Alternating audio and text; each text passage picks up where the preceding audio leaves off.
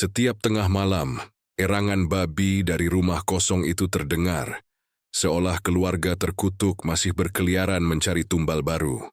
Selamat datang di Jagat Demit, membuka gerbang dunia tak kasat mata. Rumah besar itu berdiri megah di pinggiran Depok, tepat di sebuah jalan yang sunyi dan jarang dilalui orang. Rumah itu adalah warisan dari kakek buyut keluarga Prasetyo, seorang lelaki tua yang dulu dikenal miskin, namun secara tiba-tiba mendadak kaya raya pada masa mudanya. Tidak ada yang tahu bagaimana asal kekayaannya. Yang jelas tanah luas, rumah besar bergaya kolonial dengan sentuhan Jawa, serta beberapa aset lain semuanya diwariskan turun-temurun hingga ke generasi keluarga ini. Prasetyo, sang ayah, bersama istrinya Lestari dan kedua anaknya, Bima serta Ayu, pindah ke rumah itu setelah sebelumnya tinggal di rumah kontrakan sederhana. Bagi mereka, warisan ini adalah berkah tak terduga. Namun sejak pertama kali menapakkan kaki di halaman rumah itu, hawa aneh langsung terasa. Udara begitu berat, meskipun cuaca siang terasa cerah, pohon-pohon besar yang tumbuh di sekitar rumah seolah menaungi dengan bayangan pekat. Aroma tanah basah bercampur anyir samar-samar menusuk hidung. Bima, anak laki-laki yang berusia 13 tahun, bahkan sempat berkata lirih, "Pa, rumah ini kok kayak nyimpen sesuatu ya?"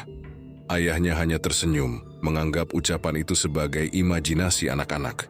Lestari, istrinya, berusaha menenangkan diri, meski dari sorot matanya terlihat ada ketidaknyamanan. Malam pertama mereka di rumah itu berjalan canggung. Listrik sering berkedip. Suara cicak terdengar nyaring dari segala penjuru. Dan sesekali terdengar suara seperti ketukan di dinding padahal tidak ada seorang pun di luar. Namun semua tetap dilalui dengan alasan, namanya juga rumah lama, pasti ada bunyi-bunyi aneh. Hingga pada minggu ketiga tinggal di sana, Prasetyo menemukan sesuatu yang membuat darahnya berdesir. Ia tengah memeriksa bagian belakang rumah, di dekat gudang yang berdebu. Saat sedang membersihkan, ia melihat sebuah pintu kecil tersembunyi di balik rak kayu tua. Pintu itu terlihat berbeda, lebih rendah dari ukuran normal, terbuat dari kayu hitam pekat dengan ukiran simbol-simbol yang tak dikenalnya. Anehnya pintu itu digembok dengan rantai tua berkarat. Rasa penasarannya membuncah. Malam itu saat keluarga sudah tidur, Prasetyo kembali ke gudang dengan membawa palu besi. Dengan sekali hentakan, rantai tua itu patah seolah memang rapuh menunggu saat dilepaskan. Pintu kecil pun terbuka, mengeluarkan hembusan udara pengap bercampur bau anyir yang menusuk. Di dalamnya ternyata ada sebuah ruangan rahasia. Cahaya lampu senter yang dibawanya menyibak pemandangan mengejutkan. Ruangan itu berisi meja batu hitam dengan noda kecoklatan yang jelas bukan sekadar bekas cat. Di sekelilingnya terdapat lilin hitam yang sudah meleleh. Tulang-tulang kecil berserakan, dan di sudut ruangan terdapat sebuah peti kayu besar. Di atas meja batu itu terletak sebuah benda aneh, topeng berbentuk kepala babi, dengan gigi taring mencuat keluar, bulu halus menempel seolah asli, dan mata kosong yang tampak menatapnya. Tepat di sampingnya, sebuah kitab tebal berdebu dengan sampul kulit berwarna gelap tergeletak seakan menunggu untuk dibuka. Jantung Prasetyo berdegup kencang, tangannya bergetar saat menyentuh kitab itu. Ketika membuka lembaran pertama, tulisan tangan kuno dalam bahasa Jawa dan aksara yang sebagian tak dimengerti langsung membuat bulu kuduknya berdiri. Namun di beberapa halaman ia menemukan terjemahan bahasa Indonesia yang jelas. Tertulis, ini adalah jalan menuju kelimpahan. Topeng adalah penghubung, darah adalah kunci, tubuh adalah wadah, ruh babi hutan adalah penuntun. Prasetyo langsung menutup kitab itu. Keringat dingin bercucuran di pelipisnya. Dia merasakan hawa dingin mengelilinginya, seakan ruangan itu masih dihuni sesuatu yang tak kasat mata. Saat hendak keluar, ia mendengar erangan rendah mirip suara babi, bergema dari sudut ruangan yang gelap. Dengan panik ia segera menutup pintu kecil itu dan kembali ke kamarnya. Namun matanya sulit terpejam malam itu. Sejak hari itu Prasetyo tak bisa berhenti memikirkan ruangan tersebut. Ada dorongan aneh, rasa ingin tahu bercampur hasrat. Dia merasa seakan sesuatu memanggil-manggil dari balik pintu rahasia itu. Lestari sempat curiga karena suaminya sering keluar tengah malam dengan alasan buang air. Padahal diam-diam Prasetyo duduk berlama-lama di depan pintu rahasia itu. merasakan getaran yang seolah menyusup ke dalam kepalanya. Beberapa hari kemudian, saat Lestari sedang membersihkan halaman, ia melihat tetangga sebelah, seorang ibu paruh baya, menghampiri. "Mbak, maaf kalau saya lancang. Rumah ini dulu pernah kosong lama kan? Warga sini suka dengar suara aneh dari dalam. Ada yang bilang suara babi ngepet. Makanya orang-orang agak segan lewat depan rumah ini kalau malam," ucap tetangga itu pelan. Lestari merinding mendengarnya, namun ia hanya tersenyum kaku. Malamnya ia menceritakan hal itu pada suaminya. Tapi Prasetyo hanya menganggapnya gosip kampung. Padahal dalam hatinya ia tahu gosip itu ada benarnya. Pada malam ke-40 sejak mereka menempati rumah itu, Prasetyo akhirnya menyerah pada dorongan batinnya. Cuma demi peliti membuka ruangan rahasia, kali ini tanpa ragu. Topeng babi itu ia angkat dengan kedua tangannya. Rasanya berat, dingin. Dan ketika ia menatap mata kosong topeng itu, sekilas ia melihat bayangan dirinya berubah menjadi babi besar dengan mata merah di permukaan meja batu. Kitab pesugihan ia buka kembali. Kali ini pada halaman yang membahas ritual awal penyatuan. Di sana tertulis jelas bahwa leluhur keluarga ini memang melakukan perjanjian dengan makhluk babi hutan gaib, dan kekayaan yang diwariskan turun-temurun adalah hasil pesugihan itu. Untuk melanjutkan, keturunan harus mengenakan topeng dan melafalkan mantra dengan darah sebagai pengikat. Tangan Prasetyo gemetar saat membaca itu. Namun dalam hatinya ada suara yang berbisik, "Lanjutkan, kau akan mendapatkan lebih banyak dari yang kau bayangkan." Suara itu bukan suara pikirannya, melainkan bisikan berat dari sesuatu yang tidak terlihat. Malam itu ia mencoba memutuskan, apakah akan melanjutkan ritual seperti leluhurnya, atau meninggalkan ruangan itu selamanya. Tapi yang jelas, sejak pintu rahasia itu terbuka, hidup keluarga Prasetyo tidak akan pernah sama lagi. Sejak Prasetyo menemukan kitab pesugihan dan topeng babi itu, suasana di rumah warisan mereka perlahan berubah. Awalnya hanya terasa samar, seperti hawa berat yang menempel di udara. Namun makin hari semakin nyata. Lampu-lampu sering padam tanpa sebab. Bahkan kadang padam hanya di rumah mereka, sementara rumah tetangga tetap terang benderang. Lestari beberapa kali mengeluh karena listrik sering mati mendadak ketika ia sedang memasak, lalu menyala kembali tanpa perlu menyalakan ulang. Prasetyo berusaha menenangkan. Meski dalam hatinya ia sadar semua itu mulai berkaitan dengan apa yang pernah ia baca di kitab. Malam pertama gangguan itu benar-benar nyata. Terjadi ketika mereka sekeluarga sedang berkumpul di ruang tengah. Angin mendadak bertiup kencang padahal semua jendela tertutup rapat. Tirai bergerak liar, lampu gantung bergoyang. Lalu padam sesaat sebelum menyala lagi dengan cahaya yang redup. Bima spontan berkata, "Pak, kayak ada yang lari di halaman." Suaranya kayak kaki babi. Semua menoleh ke arah jendela. Dan memang terdengar derap kaki 4 berlari cepat di halaman depan. Lestari menggenggam tangan Ayu, anak bungsu mereka, erat-erat. "Jangan-jangan cuma kucing atau anjing," ucapnya menenangkan diri sendiri meski wajahnya pucat. Namun suara itu semakin jelas, berat dan berulang kali. Seperti hewan besar berputar, mengelilingi rumah. Ketika malam semakin larut, gangguan itu tak berhenti. Dari kamar tidur, Lestari beberapa kali mendengar suara mengendus di dekat pintu. Seperti hewan mencari mangsa, bau anyir samar masuk ke dalam kamar, membuat tidurnya gelisah. Prasetyo hanya terdiam, seakan pura-pura tak mendengar. Ia tahu ini ada kaitannya dengan pintu rahasia yang ia buka dan kitab yang telah ia baca. Keesokan paginya, tetangga sebelah rumah, seorang bapak tua bernama Pak Rohim, datang dengan wajah resah. "Pak Pras, semalam dompet saya hilang, padahal baru saya taruh di meja. Anehnya pintu rumah nggak ada yang rusak, semua terkunci. Bukan cuma saya, tetangga lain juga kehilangan barang kecil, kalung, uang recehan, bahkan ayam. Kira-kira ada maling keliling ya?" Prasetyo hanya tersenyum kaku, mencoba menutupi rasa paniknya. Dalam benaknya ia langsung teringat isi kitab yang menyebutkan, roh babi akan mencari pengikat berupa barang berharga kecil sebelum ritual sempurna dilakukan. Ia sadar, ini bukan maling biasa, melainkan konsekuensi dari apa yang sudah ia buka. Malam berikutnya, gangguan semakin menjadi. Lampu kembali padam berkali-kali. Suara derap kaki babi terdengar lebih keras. bahkan seperti melompat-lompat di atas atap rumah. Bima dan Ayu terbangun dari tidurnya, menangis ketakutan. Lestari mencoba menenangkan mereka, meski ia sendiri hampir tak sanggup menahan rasa takut. Pada malam ketiga, peristiwa yang lebih mengerikan terjadi. Saat semua sudah tidur, Ayu, anak bungsu berusia 8 tahun, terbangun karena haus. Ia berjalan ke dapur hendak mengambil air minum. Namun ketika melewati kamar ayahnya, ia melihat sesuatu dari celah pintu yang terbuka sedikit. Di dalam kamar, lampu redup menyala. Ayahnya duduk di lantai, memegang topeng babi itu. Wajah Prasetyo tampak aneh. Matanya sayu dan bibirnya komat-kamit membaca sesuatu. Di belakang ayahnya, Ayu melihat bayangan besar bergerak. Bayangan itu bukan manusia. Bentuknya mirip babi besar berwarna hitam legam. Dengan mata merah yang berkilat, bayangan itu bergerak perlahan, seakan menempel di tubuh ayahnya, menyatu, lalu menghilang dalam sekali kedipan mata. Ayu spontan menutup mulutnya agar tidak berteriak, lalu berlari ke kamarnya sambil menangis tertahan. Sejak malam itu, ia sering sakit dan ketakutan setiap kali malam tiba.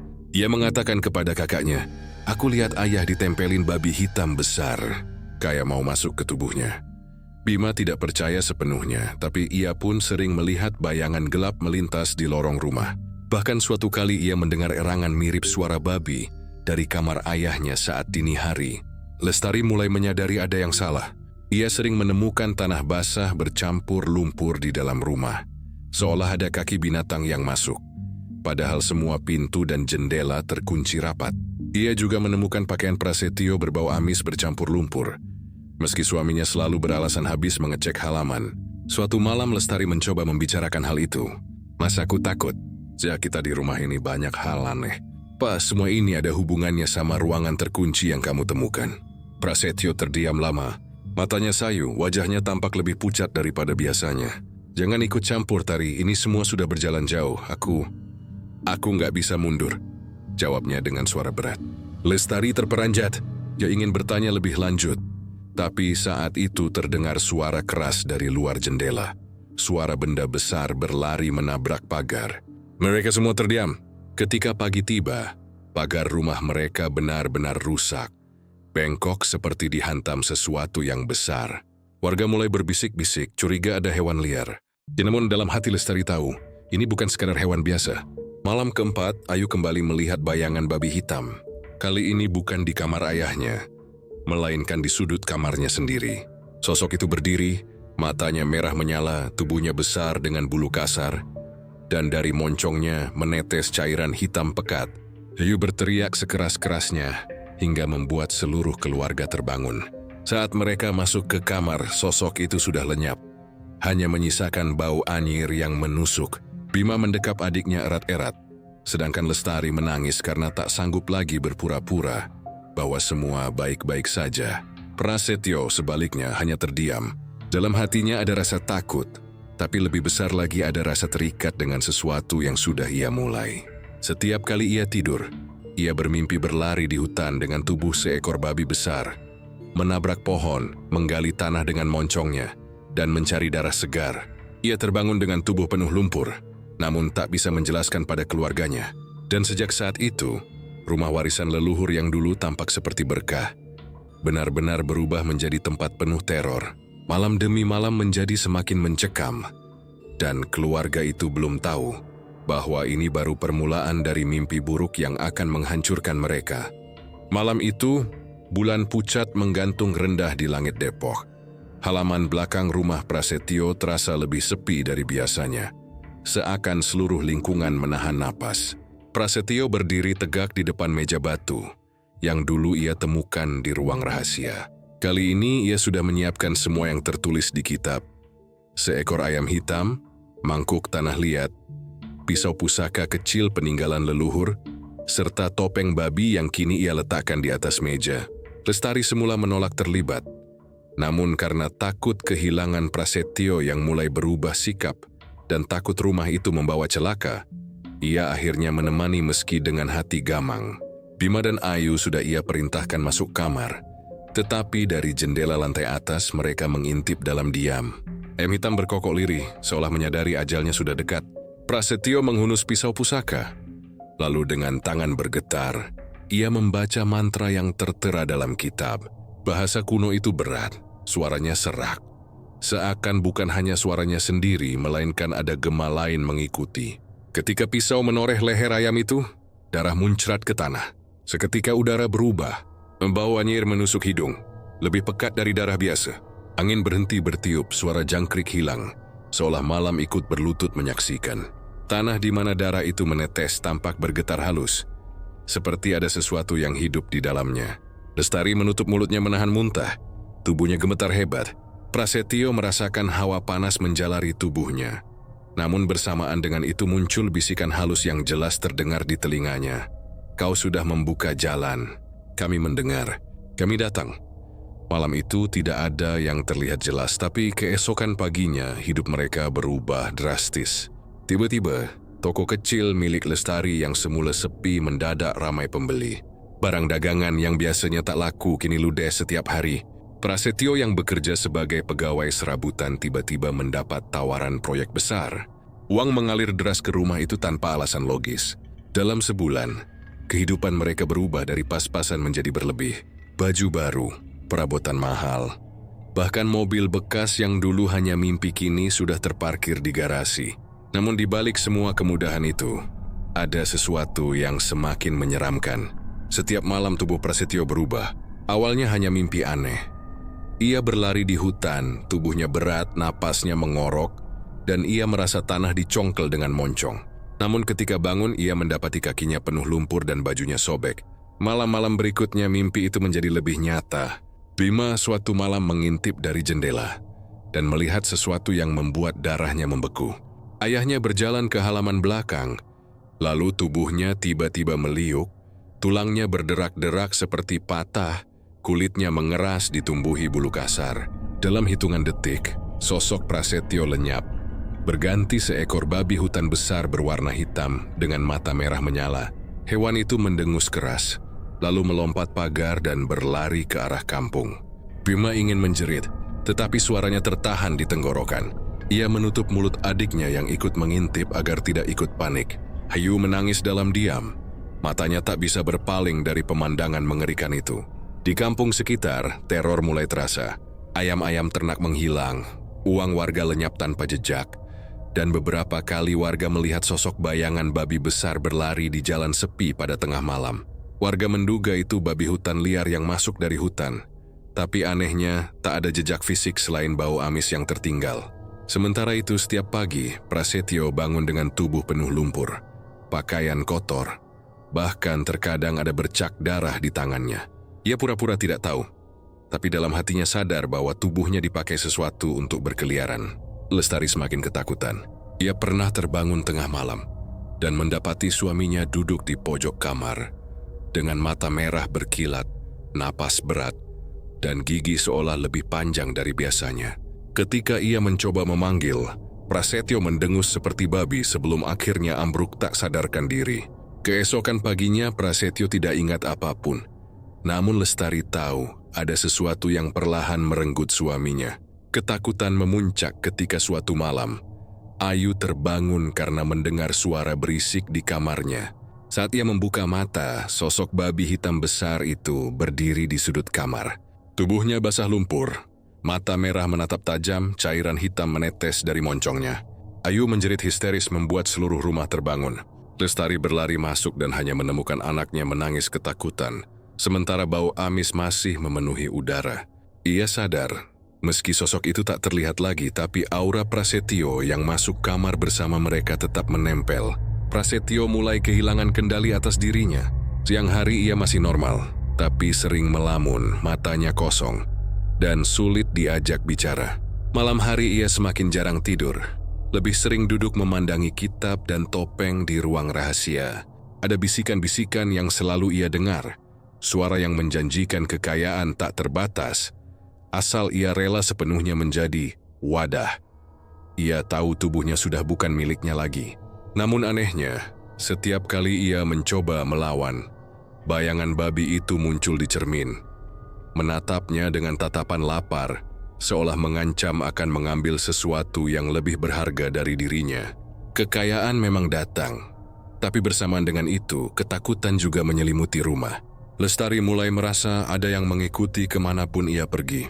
Bima sering melihat sosok hitam di belakang ayahnya. Ayu setiap malam menangis karena merasa ada babi besar duduk di samping ranjangnya. Dan warga sekitar semakin resah dengan kehilangan-kehilangan misterius. Beberapa bahkan mulai curiga kepada keluarga Prasetyo karena rumah mereka tampak semakin mewah, sementara orang lain justru merugi. Namun Prasetyo yang kini setengah sadar sudah terlalu jauh melangkah. Ritual awal telah mengikat. Jadi bukan hanya membuka pintu, tapi juga memberikan tubuhnya sebagai jalan masuk. Dan sejak saat itu, setiap kali malam tiba, Depok tak lagi sekadar sunyi, tetapi menjadi arena perburuan makhluk babi hutan yang lahir dari tubuh manusia. Dan yang paling menakutkan, ritual itu baru permulaan. Sementara kitab masih menyimpan puluhan halaman berikutnya yang menuntut lebih banyak darah. Sejak ritual pertama berhasil, hidup keluarga itu benar-benar berubah. Warung sederhana yang mereka kelola di depan rumah tiba-tiba tidak pernah sepi pembeli. Uang mengalir deras. Bahkan pelanggan yang dulu jarang mampir kini seperti tertarik secara gaib untuk membeli dagangan mereka. Sang ayah, yang sebelumnya hanya pedagang kecil dengan penghasilan pas-pasan, kini bisa membeli mobil baru hanya dalam hitungan minggu. Namun di balik keberhasilan itu, bayangan kegelapan mulai semakin nyata. Suatu malam ketika bulan purnama menggantung di langit Depok, sosok hitam yang mereka lihat pertama kali kini menampakkan diri dengan jelas. Dari dalam kamar terkunci yang sebelumnya menjadi tempat ritual, muncul bau anyir darah bercampur tanah basah. Saat mereka sekeluarga berkumpul, suara berat bergema seperti berasal dari perut bumi. Kalian telah mencicipi rejeki dari pesugihan ini. Tetapi semua itu tidak gratis. Tumbal manusia harus kalian berikan.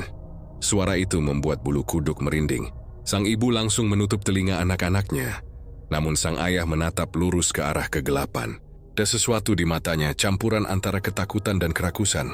Pada awalnya ia mencoba menawar. Bukankah darah ayam hitam sudah cukup? Bukankah itu yang tertulis dalam kitab? Namun sosok gaib itu tertawa. Suara tawa yang menggema seperti ringkihan babi. Bercampur jeritan manusia. Itu hanya awal. Jika ingin kekayaan kalian terus mengalir, jika ingin rumah ini tetap berdiri di bawah lindungan kami, maka setiap bulan harus ada jiwa manusia yang dikorbankan. Jika tidak, maka kalian sendiri yang akan menjadi jamuan kami. Kata-kata itu bagaikan belenggu yang menjerat. Sang ibu ketakutan, wajahnya pucat pasi. Selama ini ia selalu menolak hal-hal gaib. Namun ketika melihat tumpukan uang di kamar dan perhiasan yang mulai menghiasi tubuhnya, keyakinannya mulai goyah. Dalam hati kecilnya, ada suara lirih yang mengatakan bahwa mungkin semua ini pantas dilakukan demi masa depan anak-anak mereka. Tapi rasa bersalah sekaligus rasa ingin mempertahankan kemewahan bercampur menjadi satu. Malam itu setelah sosok gaib lenyap, mereka berempat duduk terdiam di ruang tamu. Anak sulung mereka, seorang remaja berusia 15 tahun, bertanya dengan suara gemetar, "Ayah, do you still see Ram? Are you famous will have orang?" Sang ayah tidak menjawab, hanya memandang kitab pesugihan di atas meja. Dalam hati, ia tahu jalan pulang sudah tertutup. Hari-hari berikutnya, kehidupan keluarga itu memang semakin gemilang. Pelanggan warung bertambah banyak. Tetangga mulai iri. Bahkan ada yang berbisik-bisik menuduh mereka ikut pesugihan. Namun bisikan itu tidak pernah bisa dibuktikan. Rumah besar mereka semakin megah, dihiasi lampu terang benderang yang tak pernah padam. Tapi di balik itu semua, ada rahasia gelap yang semakin menekan dada mereka. Malam pertama untuk mencari tumbal pun tiba. Sang ayah keluar dengan wajah tegang, sementara sang ibu duduk di ruang tamu, menunggu dengan gelisah. Dari balik jendela, ia melihat jalan kecil di samping rumah. Jalan yang jarang dilalui orang kecuali beberapa pedagang keliling atau orang-orang yang pulang larut malam. Malam itu, nasib buruk menimpa seorang pria parubaya, penjual gorengan keliling, yang sedang mendorong gerobaknya melewati jalan sepi. Sang ayah yang sudah setengah dikuasai hasrat pesugihan, langsung menghampiri dengan pura-pura membeli gorengan. Sang penjual sempat tersenyum, tidak menyangka senyum terakhirnya, malam itu akan menjadi permulaan dari sebuah siklus berdarah. Dengan gerakan cepat yang seakan bukan berasal dari dirinya, sang ayah menutup mulut pria itu dan menyeretnya ke halaman belakang rumah. Sang ibu menutup mata, namun suara teriakan samar tetap terdengar, bercampur dengan suara ringkikan babi yang anehnya ikut terdengar di dalam kepala mereka semua. Darah pertama manusia akhirnya mengalir di halaman itu. Tanah basah yang sebelumnya hanya diwarnai darah ayam kini menerima cairan merah pekat yang lebih hangat. Bau anyir segera menyebar, dan dari dalam kegelapan suara tawa gaib kembali terdengar. Bagus, kalian sudah mengerti. Teruslah lakukan, dan semua keinginan kalian akan tercapai. Sejak malam itu, perjanjian semakin kuat. Sang ayah mulai merasakan perubahan lebih ekstrim pada dirinya. Jika sebelumnya ia hanya berubah menjadi babi hutan di malam tertentu, kini tubuhnya perlahan mulai menanggung bekas luka dan bulu hitam meski di siang hari. Sang ibu juga tidak bisa tidur tenang. Wajah penjual gorengan itu menghantuinya dalam mimpi. Namun rasa takut kehilangan kemewahan membuatnya terus bungkam. Mereka bahkan berbohong pada anak-anaknya, mengatakan bahwa semua suara dan kejadian hanyalah halusinasi.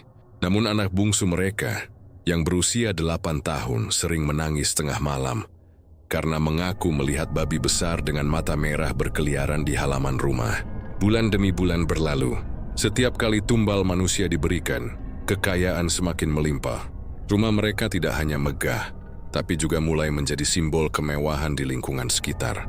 Tetangga semakin curiga karena keluarga itu tidak pernah terlihat bekerja keras, namun selalu punya barang baru. Anehnya, beberapa orang di sekitar mereka menghilang tanpa jejak, termasuk seorang remaja yang biasa pulang larut malam dan seorang tukang ojek yang sering mangkal dekat jalan sepi. Rumor semakin merebak, namun tidak ada yang berani menuduh secara langsung. Hingga suatu malam anak sulung mereka diam-diam mengikuti sang ayah yang keluar rumah. Dia melihat dengan mata kepalanya sendiri bagaimana ayahnya berubah menjadi seekor babi hutan raksasa, mencabik tubuh seorang korban di tanah basah halaman belakang. Jeritan itu begitu jelas, darah menyembur kemana-mana, dan suara ringkikan babi bercampur dengan tangisan manusia menciptakan pemandangan neraka di depan matanya. Sejak saat itu, anak sulung tersebut mulai menjauh, hidup dalam ketakutan namun juga terikat dalam rahasia keluarga. Perjanjian itu tidak hanya mengikat sang ayah dan ibu, tapi juga perlahan melilit seluruh anggota keluarga, menyeret mereka ke dalam jurang kegelapan yang semakin dalam dan tak terhindarkan. Sejak malam ketika anak sulung mereka melihat sendiri ayahnya berubah menjadi babi hutan raksasa, rumah besar itu tidak lagi terasa sebagai tempat tinggal, melainkan penjara yang dipenuhi teror. Sang kakak, remaja berusia 15 tahun bernama Raka, tidak bisa tidur nyenyak. Bayangan tubuh ayahnya yang merangkak di tanah, membesar diselimuti bulu hitam, serta jeritan korban yang dikoyak masih terus terngiang. Ia tidak bisa bercerita kepada siapapun. Ibunya terlihat terlalu larut dalam kemewahan baru, selalu sibuk dengan perhiasan, baju mahal, dan rencana perjalanan belanja. Sementara sang ayah semakin sering mengurung diri di kamar, wajahnya pucat dengan tatapan kosong, seolah ada dua jiwa yang berebut kendali dalam tubuhnya. Raka mencoba mengabaikan semua itu, namun tanda-tanda semakin jelas. Setiap pagi, ia menemukan pakaian ayahnya penuh lumpur, bercampur darah kering yang tidak pernah bisa hilang meski dicuci. Sepatu di rak selalu meninggalkan jejak tanah basah, padahal malam sebelumnya tidak ada hujan. Dan yang lebih mengerikan, ada bau amis yang menempel pada udara rumah. Bau yang hanya semakin pekat ketika malam tiba. Sang adik Nisa, yang baru berusia 8 tahun, semakin ketakutan. Ia sering menangis di malam hari, terbangun karena mendengar suara erangan babi berat yang datang dari ruang tengah. Kadang ia melihat bayangan besar berwujud babi berdiri di sudut kamarnya, menatap dengan mata merah menyala. Tidak ada suara, tidak ada gerakan, hanya tatapan yang membuat tubuhnya membeku. Ketika ia berteriak memanggil ibunya, sosok itu lenyap, namun bekas tapak kaki penuh lumpur tertinggal di lantai dekat ranjangnya. "Kak, aku takut. Kenapa ada babi besar di kamar kita?" bisik Nisa suatu malam, tubuhnya gemetar. Raka memeluk adiknya erat-erat, mencoba menenangkan meski hatinya sendiri dicekam ketakutan. "Itu cuma mimpi, Nisa. Tidak ada apa-apa." Tapi dalam hati ia tahu itu bukan mimpi.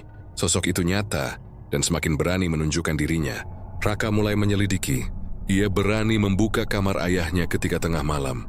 Saat suara erangan terdengar, dari celah pintu ia melihat ayahnya berlutut di depan kitab tua dan topeng babi yang kini selalu tergeletak di meja. Tubuhnya bergetar, mulutnya komat-kamit membaca mantra. Sesekali bayangan babi hutan muncul di dinding, lebih besar daripada tubuhnya, seolah ada makhluk lain menumpang di dalam dirinya.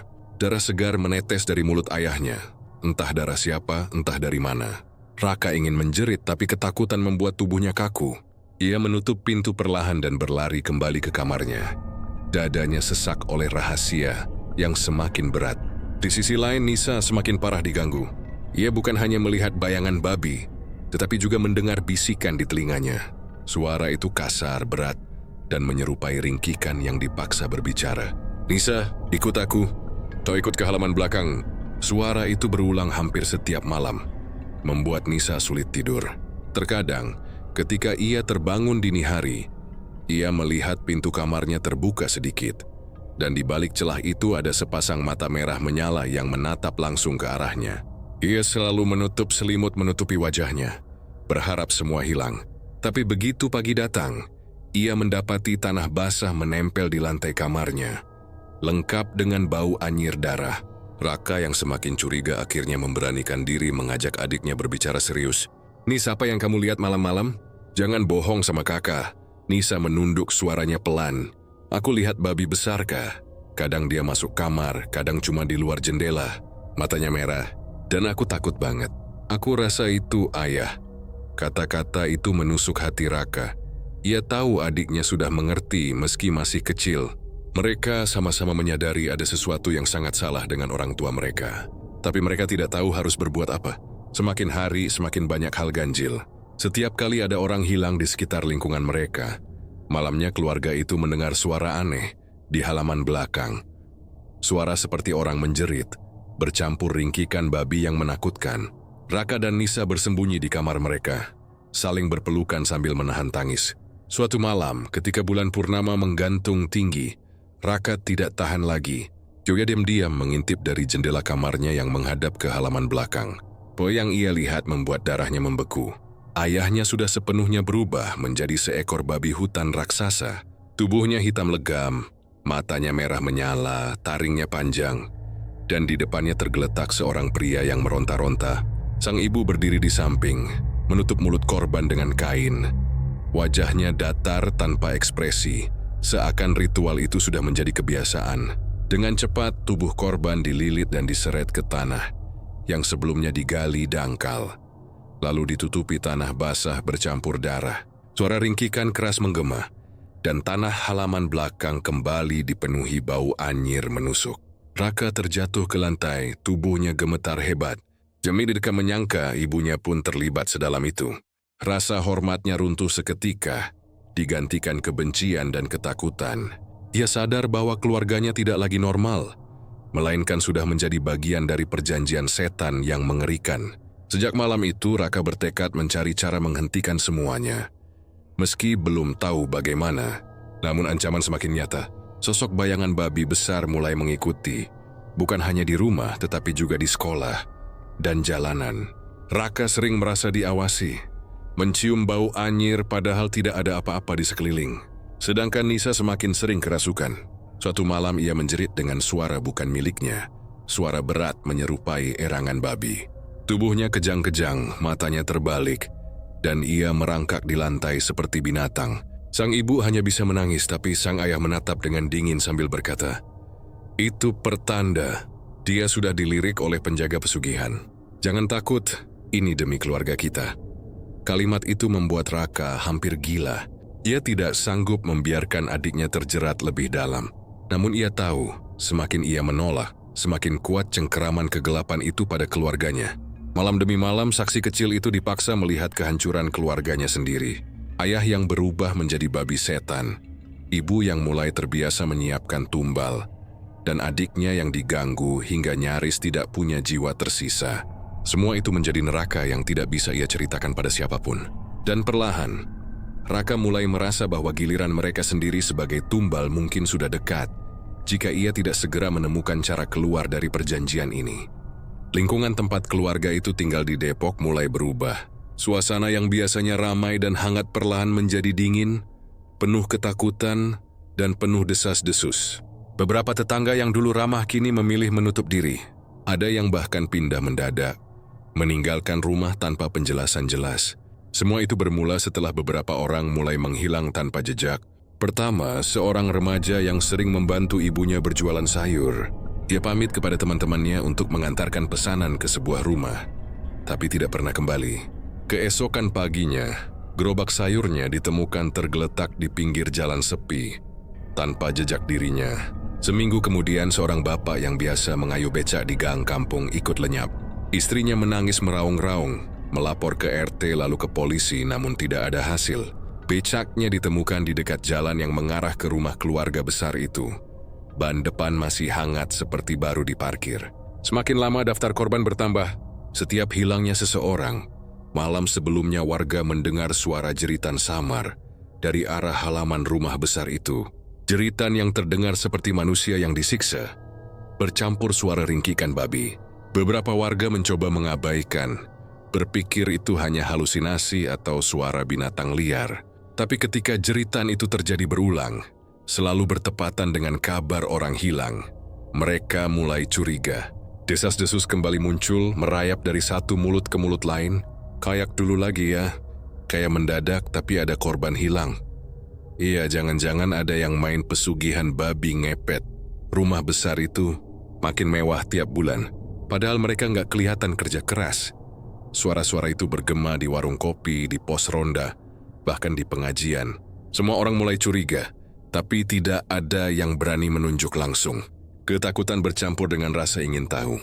Sementara itu, di dalam rumah besar itu, keluarga itu semakin terhimpit oleh rahasia gelap. Setiap kali tetangga menghilang, sang ayah semakin terlihat kuat tapi juga semakin menyeramkan. Matanya cekung, tatapannya tajam dan tubuhnya semakin sering dipenuhi bekas luka goresan, seperti cakaran binatang. Sang ibu, meski awalnya takut, kini mulai terbiasa menyiapkan kain dan peralatan untuk membungkam korban. Julia sudah jarang menangis. Hati nuraninya lama-kelamaan mati, terkubur oleh perhiasan, baju mewah, dan kehidupan nyaman yang mereka nikmati. Namun anak-anak mereka melihat semua itu. Raka dan Nisa tahu setiap jeritan yang terdengar dari halaman belakang bukan jeritan asing. Itu jeritan manusia. Mereka tahu tanah di belakang rumah menyembunyikan tubuh-tubuh orang yang tidak pernah kembali. Setiap malam saat bau anyir menusuk hidung mereka, mereka hanya bisa bersembunyi di kamar, menggigil dalam ketakutan. Raka ingin melaporkan orang tuanya, tapi siapa yang akan percaya pada seorang anak? Bahkan jika ia bicara, bukti apa yang ia punya? Dan jika ayahnya tahu, ia yakin dirinya bisa menjadi korban selanjutnya. Malam demi malam, warga semakin resah. Terus yang mankui berani berjaga malam, berharap bisa menemukan jawaban. Namun anehnya, setiap kali mereka mendekat ke rumah besar itu, suasana berubah. Lampu rumah selalu terang, suara TV terdengar, seolah-olah keluarga itu sedang santai menonton bersama. Tidak ada tanda-tanda aneh, namun beberapa orang bersumpah saat mereka mengintip dari jauh, mereka melihat bayangan besar menyerupai babi hutan berkeliling di halaman belakang. Ada pula yang mencium bau darah, padahal rumah itu tampak begitu bersih dan wangi di pagi hari. Ketegangan di kampung memuncak ketika seorang anak kecil hilang. Bocah itu terakhir terlihat sedang bermain layangan dekat gang rumah keluarga itu. Malamnya, suara jeritan terdengar lebih keras daripada biasanya, membuat beberapa warga keluar rumah karena penasaran. Tapi begitu mereka mencoba mendekat, semua suara langsung hilang, seolah ditelan bumi. Paginya, keluarga bocah itu menangis histeris mencari, namun tidak ada jawaban. Warga mulai benar-benar yakin ada pesugihan babi ngepet di tengah mereka. Orang-orang mulai berkumpul, membicarakan cara mengungkap kebenaran. Ada yang mengusulkan mendatangi dukun, ada yang ingin mengintai langsung, bahkan ada yang mulai menyiapkan diri untuk menyerbu rumah besar itu. Namun ketakutan masih lebih kuat daripada keberanian. Malam berikutnya, suara jeritan terdengar lagi. Kali ini disertai suara langkah berat dan ringkikan babi yang menggema ke seluruh gang. Anak-anak menangis. Orang-orang berdoa keras di dalam rumah masing-masing. Sementara lampu rumah besar itu tetap menyala terang seolah tidak terjadi apa-apa. Raka yang mendengar semua itu dari kamarnya hanya bisa menutup telinga adiknya agar tidak mendengar lebih banyak. Nisa menangis sambil berbisik, "Kak, kenapa ayah sama ibu jadi kayak gini? Aku takut kita nanti juga hilang." Kata-kata itu menghantam hati Raka seperti pisau. Juwintan tahu Siu adiknya benar. Jika perjanjian itu semakin kuat, bukan tidak mungkin mereka berdua juga akan dikorbankan. Dewi mulai berpikir mencari pertolongan dari luar. Mungkin dari kiai kampung atau tokoh agama. Namun ia sadar, rumah mereka kini dijaga oleh sesuatu yang bukan manusia. Sesekali ia melihat bayangan hitam besar duduk di atap rumah, menatap ke arah warga yang lewat. Makhluk itu seperti memberi peringatan, jangan coba-coba. Hingga suatu malam, beberapa warga yang nekat berjaga benar-benar mendengar suara jeritan dari arah rumah besar itu. Kali ini jeritan terdengar begitu dekat, begitu nyata. Mereka mencoba merekam dengan ponsel, tapi hasil rekaman hanya suara angin dan derap kaki binatang. Tidak ada bukti. Semuanya seolah dilindungi kekuatan gaib. Desas-desus semakin menggila. Nama keluarga itu menjadi buah bibir di seluruh kampung. Orang-orang mulai mengingat cerita lama tentang leluhur mereka yang juga kaya mendadak sebelum mati secara misterius. Kini sejarah itu seakan berulang. Lebih menyeramkan, lebih nyata. Rumah besar itu tidak lagi dipandang dengan kagum, tapi dengan ngeri. Bagi warga, itu bukan lagi rumah melainkan sarang setan. Di dalam, keluarga itu semakin terjerat. Sang ayah mulai sulit kembali ke wujud manusia setelah setiap ritual. Sang ibu semakin larut dalam ketamakan. Dan anak-anak mereka, Raka dan Nisa, semakin yakin bahwa teror bukan hanya mengintai tetangga, tapi sebentar lagi akan menelan mereka juga. Dan di luar pagar rumah, warga sudah mulai menyiapkan sesuatu. Amarah bercampur rasa takut. Gosip bercampur doa. Semua hanya menunggu satu hal. Kapan kebenaran tentang keluarga itu meledak ke permukaan. Di tengah keresahan warga yang semakin memuncak, seorang sesepuh kampung bernama Mbah Rahmat akhirnya angkat bicara. Usianya sudah hampir 70 tahun. Tubuhnya ringkih, rambutnya memutih, namun sorot matanya masih tajam. Ia bukan sekadar orang tua biasa, melainkan bekas juru kunci sebuah makam keramat di daerah Depok. Sejak lama, ia menaruh curiga terhadap keluarga yang kini tinggal di rumah besar itu. Aura hitam yang kian menebal di sekeliling rumah tersebut sudah tidak bisa ia abaikan. Mbah Rahmat sering berjalan melewati gang depan rumah ketika hendak ke surau. Setiap kali melewati, bulu kuduknya selalu berdiri. Dia mencium bau anyir samar. Bau yang sangat dikenalnya sebagai tanda adanya tumbal darah. Malam-malam tertentu, ia juga mendengar suara ringkikan babi bercampur jeritan manusia, meski warga lain menutup telinga dan menganggapnya hanya angin malam. Suatu sore, ia memberanikan diri datang ke rumah besar itu. Dengan tongkat kayu di tangannya, ia mengetuk pintu pagar besi yang megah. Sang ibu yang keluar menyambut dengan senyum kaku. "Ada apa, Mbah? Kok repot-repot datang ke sini?" Tanyanya ramah, meski matanya tidak berani menatap lurus. Mbah Rahmat menghela napas panjang, lalu menatapnya penuh wibawa. "Nak, saya sudah lama mengawasi rumah ini. Aura hitamnya semakin pekat. Kalian harus berhenti sebelum semuanya terlambat. Saya tahu apa yang kalian lakukan. Jangan kira pesugihan bisa membawa berkah. Itu hanya akan membawa celaka." Wajah sang ibu seketika pucat. Dia berusaha menyangkal. "Wai, jangan bicara sembarangan. Kami hanya hidup sederhana. Kalau rumah kami besar itu warisan." Namun Mbah Rahmat hanya menggeleng. "Saya sudah terlalu tua untuk ditipu. Kalian tidak bisa menyembunyikan bau darah dan jeritan arwah yang bergentayangan di halaman kalian. Berhentilah, nak, atau kalian akan kehilangan lebih dari sekadar harta." Saat itu sang ayah muncul dari dalam rumah. Matanya sayu, wajahnya kusut. Tapi ketika mendengar ucapan Mbah Rahmat, sorot matanya berubah tajam.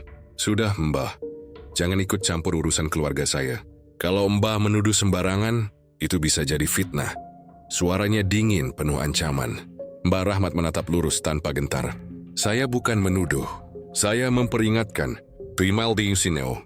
Berhentilah sebelum terlambat." Dengan langkah tertatih, ia pergi meninggalkan rumah itu. Namun ancamannya menggantung di udara, menusuk hati keluarga itu. Malamnya, ketika kampung terlelap, teror benar-benar datang. Mbah Rahmat sedang duduk di beranda rumah kecilnya sambil membaca wirid. Angin malam bertiup dingin, lampu teplok berkelip redup. Tiba-tiba ia mencium bau amis menyengat. Dari kegelapan jalan muncul sosok besar menyerupai babi hutan. Namun wajahnya bukan sekadar wajah babi. Di kepalanya melekat wajah manusia. Dengan mata merah menyala dan gigi tajam menonjol. Sosok itu menatap lurus ke arah Mbah Rahmat. Nafasnya berat, tubuhnya basah oleh lumpur bercampur darah. Sesekali terdengar suara lirih. Suara manusia yang seakan merintih dari dalam tubuh makhluk itu. Kau jangan ikut campur. Suara makhluk itu bergema, campuran ringkikan dan bisikan. Mbah Rahmat tidak gentar. Dia berdiri dengan tongkatnya, mulutnya berkomat kamit membaca doa. Aku sudah tua, tapi aku tidak akan diam melihat iblis merajalela di kampung ini. Pergilah kau, atau kutukan akan kembali pada keluarga pemilikmu. Makhluk itu meraung. Ringkikan keras menggema, membuat jendela-jendela rumah sekitar bergetar. Warga yang terbangun mendengar suara itu hanya bisa bersembunyi di balik pintu. Tidak berani keluar. Dari luar, hanya terdengar suara benturan keras dan ringkikan babi yang menyeramkan. Mbah Rahmat berusaha bertahan dengan doa-doanya. Namun tubuhnya mulai lemah. Makhluk itu mendekat, matanya penuh kebencian. Dengan cakarnya, ia mencakar tanah, meninggalkan bekas goresan dalam. Kau akan menyesal orang tua, raungnya. Malam itu, Mbah Rahmat jatuh pingsan di beranda rumahnya. Warga menemukannya keesokan paginya. Tubuhnya penuh luka goresan seperti cakaran binatang. Ia masih hidup, tapi wajahnya pucat dan matanya merah. Seakan melihat sesuatu yang tidak bisa dilupakan. Cat-satis hanya syaru kata lirih kepada warga yang mengerumuni. Itu benar. Di rumah besar itu ada pesugihan babi ngepet. Periak sudah terlalu jauh. Jika tidak segera dihentikan, kampung ini akan ikut binasa. Berita itu langsung menyebar cepat. Warga semakin yakin bahwa rumah besar itu adalah sumber malapetaka. Ketegangan pun memuncak. Beberapa orang mulai menyiapkan diri untuk berbuat sesuatu. Namun di balik tembok rumah besar itu, keluarga tersebut tetap tenang di siang hari. Seolah tidak ada apa-apa. Sang ayah hanya menyeringai, meski matanya menyimpan kegelisahan. Sang ibu pura-pura sibuk dengan rumah tangga, meski hatinya terus digelayuti rasa takut. Sementara Raka dan Nisa, anak-anak mereka mendengar semua gosip warga. Dengan hati berdegup kencang. Mereka tahu Mbah Rahmat benar. Mereka tahu orang tua mereka sudah tidak bisa kembali ke jalan normal. Dan di malam hari, suara makhluk itu semakin sering terdengar. Seakan tidak puas hanya meneror sang sesepuh. Makhluk babi berkepala manusia itu kini berkeliaran di sekitar rumah. Sesekali menampakkan diri di jendela kamar anak-anak, menatap dengan mata merah yang berkilat di kegelapan. Malam itu, rumah besar di Depok tampak lebih mencekam dari biasanya. Langit gelap tanpa bintang. Angin malam bertiup kencang membawa aroma busuk yang membuat warga enggan keluar rumah. Di balik pagar tinggi, keluarga itu berkumpul di ruang tengah dengan wajah tegang. Sejak peringatan Mbah Rahmat, teror dari makhluk babi berkepala manusia semakin intens. Tidak hanya menampakkan diri, makhluk itu kini berani masuk ke halaman, meninggalkan jejak kaki besar bercampur darah yang selalu lenyap menjelang fajar. Sang ayah duduk di kursi dengan mata merah akibat kurang tidur. Dia menatap keluarganya satu persatu, lalu berkata dengan suara berat, "Mereka meminta tumbal lebih besar. Kalau kita tidak menurut, semua ini akan hancur. Rumah, harta, semuanya hilang. Bahkan nyawa kita pun bisa jadi gantinya." Sang ibu langsung menunduk. Tangannya bergetar, wajahnya pucat pasi. "Apa maksudmu? Kita sudah memberi banyak tumbal. Sudah banyak nyawa yang diambil dari kampung ini. Bukankah itu cukup?" Sang ayah menggeleng, keringat dingin membasahi pelipisnya. Tidak cukup. Makhluk itu tidak puas lagi dengan nyawa orang luar. Mereka meminta yang lebih dekat, yang berasal dari darah kita sendiri. Hening seketika menyelimuti ruangan. Raka, anak sulung mereka, merasakan dadanya sesak. Dia menatap adiknya Nisa, yang masih duduk di sudut dengan wajah polos dan tak paham. "Tidak, jangan bilang ayah mau mengorbankan Nisa," seru Raka dengan suara pecah. Sang ayah menoleh dengan tatapan tajam, seperti mata binatang yang kelaparan. "Ini satu-satunya cara. Kalau tidak, semua akan lenyap. Kamu mau kita miskin lagi? Mau kita diburu warga karena rahasia terbongkar? Mau kita mati sia-sia?" Raka berdiri, tubuhnya bergetar menahan marah dan takut. "Ayah gila. Itu adik aku. Dia masih kecil." Sang ibu menangis terseduh, namun ia tidak berani membantah. Air matanya jatuh membasahi lantai. Tapi suaminya hanya menatap kosong. seolah seluruh nuraninya sudah lenyap di telan keserakahan. Malam itu, persiapan ritual dimulai. Di ruang bawah tanah yang jarang dibuka, sang ayah menyalakan lilin hitam. Bau kemenyan bercampur amis darah memenuhi udara. Di tengah ruangan, digambar lingkaran besar dengan simbol aneh menggunakan darah ayam hitam. Di sudut ruangan, seekor babi hutan besar dengan mata merah menunggu. Tubuhnya dipenuhi luka seperti bekas cambukan. Nafasnya berat, suara ringkikannya seperti tangisan manusia. Raka berusaha menahan adiknya agar tetap di kamar. Namun sang ibu membawanya turun dengan wajah kosong. Nisa yang polos tidak tahu apa-apa. Ia hanya menggenggam boneka lusuh sambil menatap bingung. "Bunda Is, kita mau ngapain di sini?" tanyanya dengan suara kecil. Sang ibu menangis tapi tidak menjawab. Tangannya gemetar mendorong tubuh kecil itu masuk ke dalam lingkaran darah. Raka yang melihat itu langsung menerjang. "Berhenti, jangan sentuh adikku." Ia berusaha menarik Nisa keluar. Namun sang ayah dengan cepat menahan tubuhnya. Dengan kekuatan yang tak disangka, ia mendorong Raka hingga terhempas ke dinding. Darah keluar dari bibir Raka, tubuhnya terasa remuk. "Kamu tidak boleh ikut campur, Raka. Kalau kamu berani menggagalkan ritual ini, kamu yang akan jadi gantinya," bisik sang ayah dengan suara penuh kebencian. Lilin-lilin hitam menyala semakin terang. Asap tebal memenuhi ruangan. Terdengar suara-suara bisikan dari balik kegelapan. Suara itu seperti ribuan orang berbicara bersamaan, menuntut, merintih, dan tertawa dengan nada menyeramkan.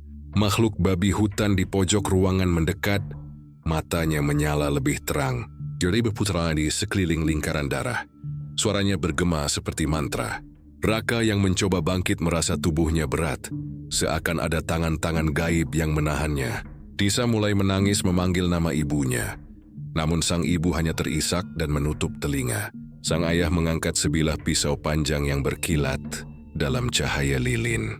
Tangannya bergetar, bukan karena ragu, melainkan karena gairah haus darah. "Dengan darah anakku, aku ikat perjanjian abadi. Biarkan kekayaan mengalir tanpa henti," teriaknya. Raka meraung. "Ayah, jangan." Dia berusaha merangkak ke arah adiknya. Tapi kekuatan gaib terus menahan. Tepat ketika pisau hampir menyentuh tubuh kecil Nisa, sesuatu yang aneh terjadi. Lilin-lilin bergetar, apinya berwarna biru. Dari arah pintu ruang bawah tanah, terdengar suara dentuman keras. Seolah ada yang mencoba masuk, mengetuk dengan tenaga luar biasa. Suara itu disertai jeritan panjang dari luar rumah. Jeritan yang tidak terdengar seperti manusia. Sang ayah terhenti sejenak, wajahnya pucat.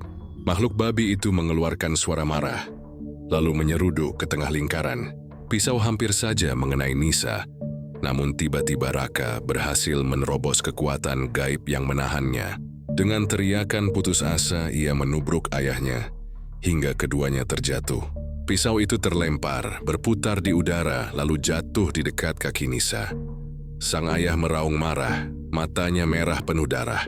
"Dasar anak durhaka, kau berani menentang ayahmu sendiri?" Raka menangis, tubuhnya gemetar. "Lebih baik aku mati daripada melihat adikku dijadikan tumbal." Pertarungan sengit terjadi. Ayah dan anak saling pukul. Meski tubuh Raka lemah, ia terus bertahan demi adiknya. Sang ibu hanya menangis histeris di sudut, tidak sanggup melakukan apa-apa. Makhluk babi itu meraung keras, tubuhnya membesar seakan hendak menerkam siapapun yang gagal dalam ritual. Nisa yang masih kecil menjerit memanggil nama kakaknya, suaranya pecah memecah udara pekat ruangan. Di saat kritis itu, pintu ruang bawah tanah terbuka dengan paksa. Angin dingin menerpa masuk, lilin-lilin padam seketika. Dari kegelapan, bayangan hitam raksasa muncul, lebih besar dari makhluk babi itu. Wujudnya samar namun matanya merah membara. Suri berlat bergema memenuhi ruangan. Tumbal harus diberikan. Jika tidak, seluruh keluarga akan musnah. Semua terdiam. Sang ayah membeku, sang ibu pingsan. Raka menatap makhluk itu dengan ketakutan, namun tetap memeluk adiknya erat-erat. "Ambil aku saja." "Sal, jangan adikku," bisiknya dengan suara bergetar. Malam itu, rumah besar keluarga di Depok yang biasanya hanya sunyi dan tertutup kini berubah menjadi medan kegelapan. Api besar menyala di halaman, menyembur dari tong-tong minyak yang sengaja dinyalakan sebagai bagian dari ritual. Bau anyir darah bercampur dengan asap kemenyan memenuhi udara, menebarkan rasa mual sekaligus ketakutan. bagi siapa saja yang berani mendekat. Warga sekitar yang sebelumnya curiga, malam itu hanya bisa mendengar suara-suara aneh dari kejauhan. Jeritan, raungan, dan suara seperti binatang yang bukan sepenuhnya babi dan bukan pula sepenuhnya manusia. Mereka memilih berdiam diri di rumah masing-masing, menutup jendela rapat-rapat sambil berdoa agar malam cepat berlalu. Di halaman rumah, sang ayah berdiri di tengah lingkaran darah yang sudah dilukis dengan simbol-simbol kuno. Tubuhnya bergetar hebat, matanya merah menyala. Suara mantra dilantunkan dengan serak. Bercampur tawa histeris sang ibu yang setengah gila karena terlalu lama hidup dalam tekanan dan keserakahan. Nisa digenggam erat oleh sang ibu agar tidak kabur. Tubuh munggilnya bergetar hebat, wajahnya basah oleh air mata. Raka, dengan tubuh penuh luka setelah berkali-kali mencoba menghentikan rencana gila orang tuanya, masih bertahan. Ia bersembunyi di balik salah satu pohon besar di halaman, menatap dengan ngeri jalannya ritual. Puisi main membesar, membentuk lidah-lidah merah yang menjilat langit hitam. Dari dalam lingkaran, suara berat bergema seperti ribuan babi meringkik bersamaan. Perjanjian darah harus dituntaskan. Sang ayah berteriak dengan suara bukan lagi milik manusia. Aku serahkan tubuhku, aku serahkan darahku, jadikan aku raja di bumi ini. Tubuhnya bergetar, kulitnya mulai merekah. Suara tulang patah terdengar. Tubuhnya membengkak, wajahnya memanjang. Gigi tumbuh menjadi taring besar. Kaki-kakinya berubah menjadi kaki babi. Namun tubuhnya tetap sebesar manusia, bahkan lebih. Dalam hitungan menit, sosok ayah itu sudah tidak lagi menyerupai manusia. Seekor babi raksasa dengan mata merah menyala berdiri di tengah lingkaran. Napasnya berat, suaranya menggelegar seperti guntur. Namun ritual itu tidak berjalan mulus. Raka, dengan sisa tenaga yang ada, berlari menerobos api, menendang salah satu kendi darah yang menjadi pusat pemanggilan. Darah tumpah, simbol di tanah terputus. Pi yang sebelumnya teratur berputar kini meledak tak terkendali. Mantra yang dilantunkan berubah menjadi jeritan. Dan makhluk babi raksasa itu meraung keras, seolah marah karena pemanggilan tidak sempurna. Kau berani menghalangi anak durhaka? Suara itu menggema dari mulut babi raksasa, meski bentuknya bukan lagi manusia. Raka jatuh tersungkur, namun ia menatap dengan keberanian terakhirnya. Aku tidak peduli. Aku tidak akan biarkan adikku jadi korbanmu. Tiba-tiba tanah di halaman berguncang. Pohon-pohon di sekitar rumah mengeluarkan suara berderak. Daun berguguran seperti musim kematian. Dari arah api yang meledak, bayangan-bayangan hitam bermunculan. Sosok-sosok gaib yang sejak lama menunggu tumbal sempurna. Mereka merangkak keluar dari tanah. Wujudnya seperti manusia dengan wajah babi. Mata kosong, tubuh penuh luka. Mereka mengelilingi keluarga itu, menuntut janji yang belum dipenuhi. Sang ibu berteriak ketakutan, mencoba melindungi Nisa dengan tubuhnya. Meski sebelumnya ia sendiri rela menyerahkan anak itu sebagai tumbal. Sang ayah, atau tepatnya makhluk babi ngepet yang menjadi dirinya, berusaha mengamuk melawan para bayangan. Namun setiap kali ia menyerang, tubuhnya semakin terikat oleh kutukan. Ritual yang gagal justru menjadi bumerang. Api yang semula mereka nyalakan sebagai persembahan kini menyala liar, membakar sebagian rumah. Dari jendela-jendela lantai 2 terlihat kobaran merah menyembur ke langit. Warga kampung yang menonton dari jauh akhirnya berani berteriak, "Itu rumah babi ngepet. Dilihat mereka kerasun." Namun tidak ada satupun yang berani mendekat. Raka berusaha menarik Nisa menjauh dari lingkaran darah. Namun tangan gaib yang tak terlihat muncul, mencengkeram kaki mereka. Jeritan Nisa menggema. Tangisannya bercampur suara api yang berderak. "Raka, tolong! Aku takut." Raka menggigit bibirnya, darah segar mengalir. "Aku di sini. Aku nggak akan biarin mereka ambil kamu." Di sisi lain, sang ibu kini menjerit kesakitan. Bayangan hitam menempel pada tubuhnya, menutupi wajahnya hingga hanya tersisa suara tangisan. Ia meronta, namun perlahan tubuhnya ditelan kegelapan, lenyap begitu saja. Sang ayah yang sudah berubah total menjadi babi ngepet mencoba menyeruduk bayangan-bayangan itu. Tapi tubuhnya pun mulai terbakar dari dalam. Mata merahnya menatap Raka dengan kebencian sekaligus rasa sakit. "Semua ini gara-gara kamu. Gara-gara kamu." Raungan itu mengguncang malam, membuat warga yang menyaksikan dari kejauhan gemetar ketakutan. Namun di balik raungan itu, terlihat jelas bahwa kutukan sudah tidak bisa dibendung lagi. Ritual yang gagal telah membuka pintu gaib, tapi tidak menutupnya kembali. Bayangan-bayangan semakin banyak bermunculan. Suara ratusan babi bercampur tawa manusia terdengar memekakkan telinga. Raka berhasil menarik Nisa keluar dari lingkaran. Namun tanah di bawah kaki mereka mulai merekah. Gibi menjalar membentuk retakan, seakan bumi sendiri menolak kehadiran keluarga terkutuk itu. Babi ngepet raksasa meraung terakhir kalinya. Tubuhnya meledak menjadi serpihan daging dan darah yang bercampur dengan api. Darah itu terpercik ke seluruh halaman, membuat simbol-simbol di tanah semakin kacau. Raka dan Nisa berlari sekuat tenaga, keluar dari halaman rumah. Dari belakang, terdengar suara jeritan panjang sang ibu, lalu hening. Rumah besar itu terbakar hebat, api menjalar hingga atap. Namun yang mengerikan bukan hanya api. Dari dalam kobaran, terlihat bayangan seekor babi raksasa dengan mata merah, masih menatap ke arah kampung, seolah menunggu kesempatan untuk keluar sepenuhnya. Ferguson yang melihat pemandangan itu hanya bisa beristighfar. Beberapa jatuh pingsan. Malam itu kampung Depok diliputi teror yang tak pernah mereka bayangkan. Ritual pemanggilan babi ngepet sejati telah gagal, namun kutukannya menimpa seluruh keluarga. Ayah, ibu, dan rumah besar mereka musnah di lahap api. Hanya tersisa Raka dan Nisa yang masih hidup, meski dihantui trauma mendalam. Namun di antara abu dan bara yang tersisa, terdengar suara rengekan babi yang lirih. Suara itu bergaung, menandakan bahwa kebangkitan sejati belum sepenuhnya berakhir. Pagi hari setelah malam kebakaran itu, warga kampung Depok berbondong-bondong datang ke rumah besar keluarga tersebut. Api yang semalam berkobar hebat kini telah padam, menyisakan puing-puing gosong dan dinding yang hangus. Dari luar, rumah itu masih berdiri, tetapi auranya berbeda. Sunyi mencekam seolah ada mata tak terlihat yang mengawasi setiap langkah. Beberapa warga memberanikan diri masuk ke halaman, menyingkirkan puing kayu yang hangus. Namun saat mereka melangkah ke ruang tamu, bulu kuduk meremang serentak. Lantai hitam itu dipenuhi jejak kaki aneh.